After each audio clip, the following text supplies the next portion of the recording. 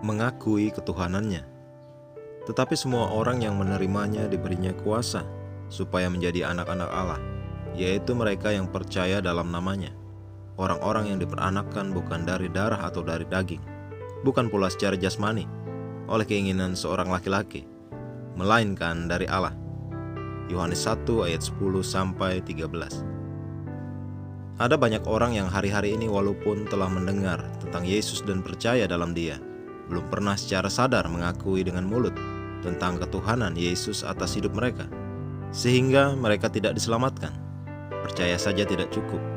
Alkitab berkata bahwa iblis juga percaya dan gemetar. Engkau percaya bahwa hanya ada satu Allah saja, itu baik. Tetapi setan-setan pun juga percaya akan hal itu dan mereka gemetar.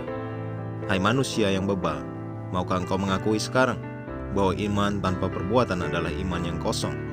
Yakobus 2 ayat 19-20.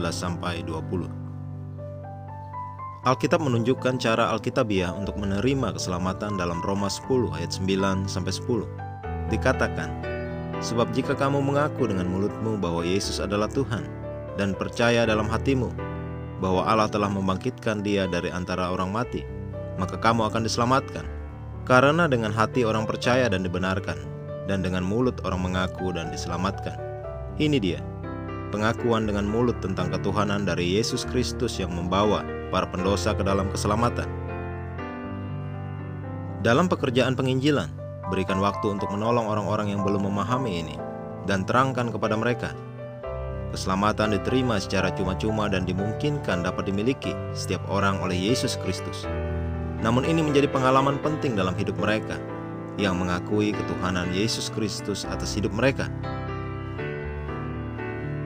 Ini mengingatkan apa yang Yohanes katakan dalam Yohanes 1 ayat 12. Tetapi semua orang yang menerimanya diberinya kuasa supaya menjadi anak-anak Allah, yaitu mereka yang percaya dalam namanya. Haleluya. Engkau menerima Kristus dalam hatimu dengan mengaku, dengan perkataan imanmu. Ketika engkau melakukan deklarasi menurut Roma 10 ayat 9-10, Kristus menjadikan engkau kediamannya.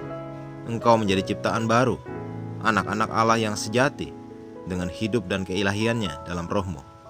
Wajar saja dia berkata dalam 1 Yohanes 3 ayat 1, lihatlah betapa besarnya kasih yang dikaruniakan Bapa kepada kita, sehingga kita disebut anak-anak Allah. Segala kemuliaan bagi Tuhan kita. Mari kita berdoa. Yesus memenuhi seluruh tuntutan keadilan atas kebenaran yang menjadikan keselamatan bagi seluruh manusia. Karenanya aku berdoa bagi seluruh orang berdosa di seluruh dunia saat ini, agar hati mereka terbuka untuk memahami Injil dan mengakui iman mereka dalam Yesus Kristus. Percaya dalam hati bahwa Allah telah membangkitkan Dia dari antara orang mati. Dan saat mereka melakukan itu, mereka dibawa ke dalam hidup yang baru di dalam Kristus, dalam nama Yesus. Amin.